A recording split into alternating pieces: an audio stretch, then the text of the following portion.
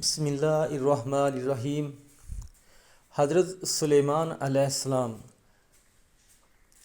السلام علیکم معزز ناظرین، سورہ انبیاء آیت 87 میں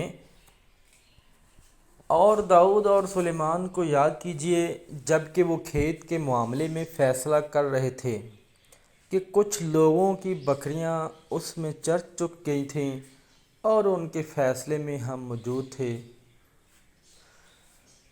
ہوا یہ کہ دو آدمی ہمسائے تھے، ان میں جھگڑا ہو گیا۔ ان میں سے ایک کے پاس کھیت تھا، اس میں اس نے فصل بو رکھی تھی۔ دوسرے کے پاس کچھ بکریاں تھیں۔ بکریوں کا چرواہا رات کے وقت دیوار والے دروازے کو بند کر دیتا تھا تاکہ بکریاں نکل کر فصل کو نقصان نہ پہنچائیں۔ ایک دن وہ دروازہ بند کرنا بھول گیا، بکریاں کھیت میں آ کر چرنے لگیں، فصل خراب ہو گئی۔ دونوں داؤد علیہ السلام کے پاس آئے، اپنا مقدمہ پیش کیا۔ داؤد علیہ السلام قاضی بھی تھے اور اس وقت سلیمان علیہ السلام کہیں گئے ہوئے تھے۔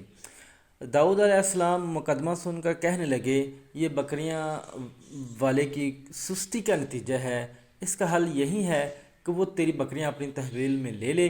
دونوں فریق باہر نکلے تو سلیمان علیہ السلام سے ملاقات ہوئی۔ انہوں نے تفصیل سن کر فرمایا، میرے ساتھ آؤ۔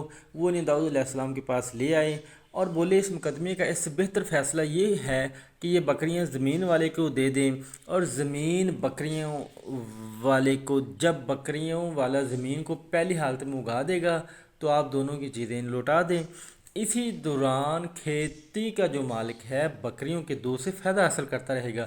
یہ فیصلہ زیادہ بہتر ہے۔ اس نے بکریوں والا اپنی بکریوں سے بالکل محروم نہ ہوا اور کھیتی والے کا نقصان پورا ہو گیا۔ یہ فیصلہ آپ کو اللہ تعالیٰ نے سمجھایا تھا۔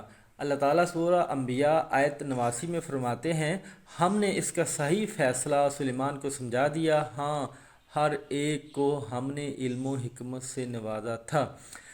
سلیمان علیہ السلام کا ایک واقعہ قرآن میں یوں ہے، سورہ نمل آیت 17 و 18 میں ہے، اور سلیمان کے سامنے ان کے تمام لشکر جنات، انسان اور پرندوں میں سے جمع کیے گئے۔ ہر قسم الگ الگ کھڑی کر دی گئی۔ جب وہ چیونٹیوں کے میدان میں پہنچے تو ایک چیونٹی نے کہا، اے چیونٹیوں، اپنے اپنے گھروں میں گھس جاؤ، ایسا نہ ہو کہ بے خبری میں سلیمان اور ان کا لشکر تمہیں رون ڈالے۔ ان تمام لشکروں کو اکٹھا کیا گیا تھا۔ اللہ تعالیٰ نے چیونٹی کی یہ بات سلیمان علیہ السلام کو سنوا دی۔ اس کی اس بات پر سلیمان مسکرا پڑے اور دعا کرنے لگے، اے پروردگار، تو مجھے توفیق دے کہ میں تیری ان نعمتوں کا شکر بجا لاؤں جو تو نے مجھ پر انعام کی ہیں، اور میں ایسے نیک اعمال کرتا رہوں جن سے تو خوش رہے، اور مجھے اپنی رحمت سے نیک بندوں میں شامل فرما۔ آمین۔ جزاک اللہ۔